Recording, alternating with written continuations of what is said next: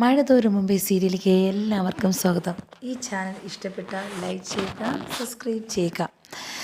ബാലചന്ദ്രൻ അന്വേഷിച്ച് നടക്കുകയാണ്. ഇത്രയും സമയമായിട്ട് 7 മണിക്ക് വീട്ടിൽ എത്തുന്നതാ എന്ന് ഇത്രയും നേരം അലീന വീട്ടിലെത്തിയില്ല. എന്താണെന്ന് അന്വേഷിച്ച് നടക്കുകയാണ്.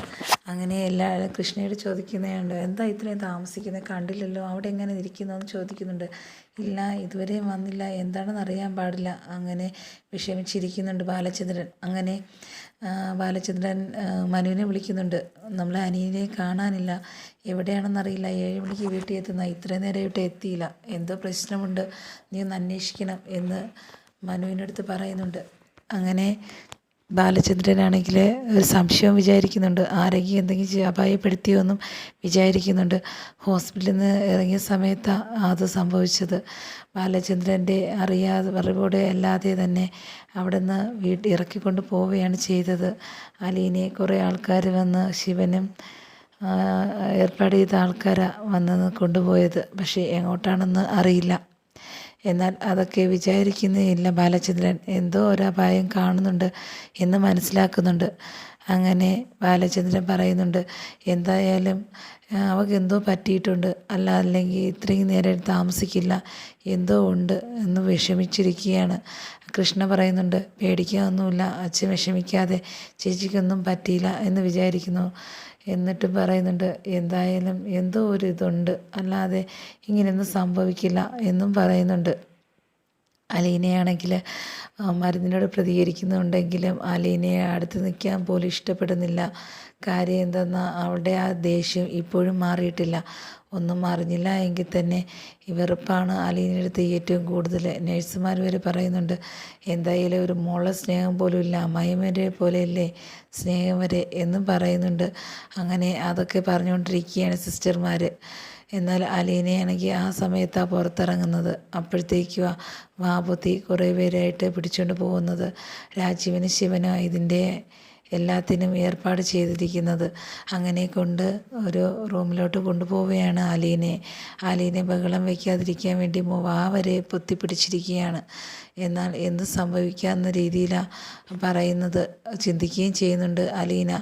എന്തായാലും ആരും അറിയാതല്ലേ എന്നെ ഇവിടെ കൊണ്ടുവന്നത്, ഞാനിവിടുന്ന് പോകാൻ വേണ്ടി തന്നെ ഉദ്ദേശത്തിനാണ് ഇതൊക്കെ ചെയ്തിരിക്കുന്നത്, എന്തിനാ ഇങ്ങനെയൊക്കെ ചെയ്യുന്നത് എന്ന് ചിന്തിക്കുകയാണ് അലീന.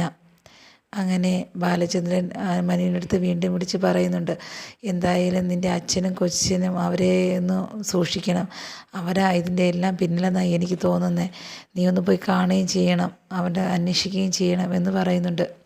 അങ്ങനെ മനു ആണെങ്കിൽ പോകുന്നുണ്ട് ശിവൻ്റെ അടുത്തും രാജീവിൻ്റെ അടുത്തും. നിങ്ങൾ ഈ റൂം എടുത്തതിൽ തന്നെ എന്തോ ഒരു പന്തികേടുണ്ട്, അലീനെ കാണാനില്ല, നിങ്ങളാണോ ഇതിന് പിന്നിലെന്ന് ചോദിക്കുന്നുണ്ട്. അപ്പോഴത്തേക്കും പറയുകയാണ്, ഞാൻ എന്തിനാ അലീനയുടെ പിന്നിൽ, ഞങ്ങൾ റൂം എടുക്കുന്ന പല ആവശ്യത്തിനാണ്, നീ എന്തിനാ അതൊക്കെ അറിയുന്നത് എന്നൊക്കെ അലീനെ ചോദിക്കുന്നുണ്ട്. അലീനയാ ഇതിൻ്റെ എല്ലാത്തിനും കാരണം, നീ എന്തിനാ അലീനെ അന്വേഷിക്കുന്നത് എന്ന് മനുവിൻ്റെ അടുത്ത് ചോദിക്കുകയാണ് അച്ഛൻ.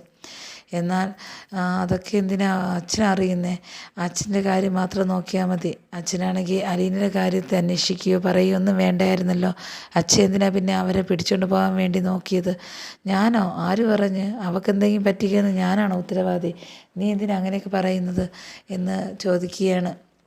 മനുവാണെങ്കിൽ വീണ്ടും പറയുന്നുണ്ട്, എന്തായാലും നമുക്കൊരു കാര്യം ചെയ്യാം, എല്ലായിടം ഒന്ന് അന്വേഷിക്കണം എന്ന് ബാലചന്ദ്രൻ മനുവിൻ്റെ അടുത്ത് വിളിച്ച് പറയുന്നുണ്ട്. അങ്ങനെ ഒരു റൂമിൽ കിടക്കുകയാണ് അലീന. അവരെല്ലാവരും കൂടെ കൂട്ടി ഒരു വായും പൊത്തിക്കൊണ്ടിട്ടിരിക്കുക, പേടിച്ച് വിറച്ച് ഒരു റൂമിൽ കിടക്കുന്നുണ്ട്. എന്തും ചെയ്യാൻ മടിക്കാത്തവരായി ഇവർ എന്ന് അലീന ചിന്തിക്കുകയും ചെയ്യുന്നുണ്ട്. കൃഷ്ണയും ബാലചന്ദ്രൻ കാറെടുത്ത് അന്വേഷിക്കാൻ ഇറങ്ങിയിരിക്കുക.